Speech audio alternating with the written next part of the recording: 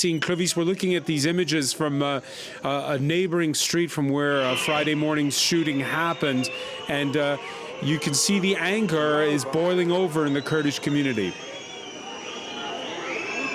Indeed, I don't know if you can see me, but we're in one of the streets just behind Rue d'Anguin where the terrorist attack happened. And very quickly, violence has erupted on the streets of Paris. Angry Kurds here saying that the French government is not doing enough to protect them.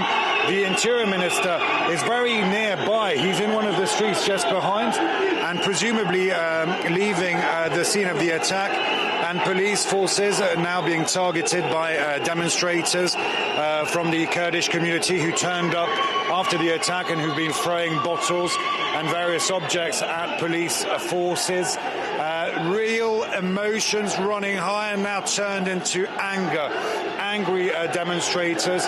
Those who we spoke to earlier were telling us that this was unacceptable. According to them, there's been a lot of anti-Turkish slogans going on. I think you might be able to hear the detonations, the minor explosions behind me. It's probably it could be sounds like tear gas rubbish canister bins thrown onto the floor. And possibly tear gas canister, which is also what I can smell here. I don't know if you can actually see me on the street here, but clearly just behind us, anger boiling here on the streets of Paris in the heart of the capital.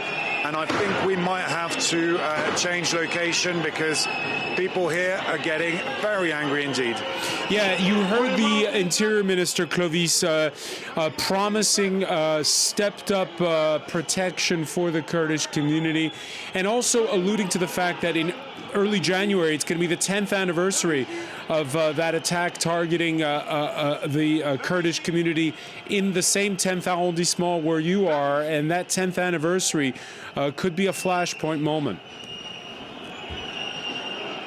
Indeed, and the Interior Minister did say that the French government and the French state would defend the Kurds and, of course, ensure their protection, that the French President Emmanuel Macron was carefully monitoring the situation, looking, of course, at what's happening here, what happened here in the 10th arrondissement of Paris when this gunman opened fire against the Kurdish cultural center. According to one witness, he was stopped by employees, barbers from the hair salon that was just opposite the Kurdish cultural center, and possibly those barbers are among those who got injured, possibly killed.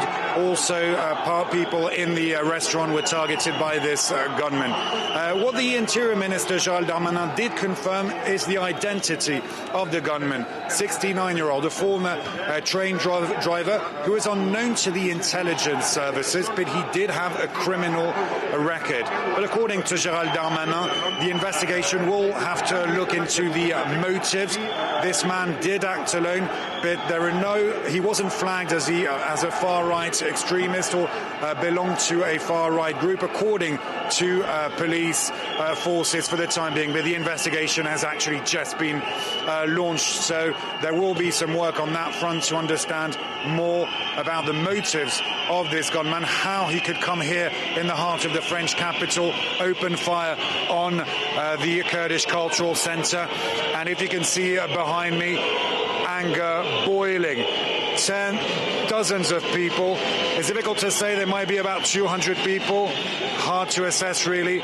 But people who are now targeting the police forces, trying to force the security barriers. There's been heavy police presence here. The whole area cordoned off around the Rue d'Anguin. And one witness was telling us that those who were inside the cultural center when the attack took place have remained in the cultural center, and most probably now talking to police and giving their testimony and trying to so we can all understand what happened exactly during this attack.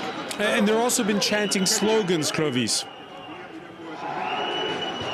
There have been chanting slogans ever since people came to gather here at close to the scene of the attack. The slogans are very clear: anti-Erdogan, anti-Turkey, anti-Turkish president, saying Turkey is a terrorist state, saying that the Kurdish community has been unfairly targeted and attacked by Turkey.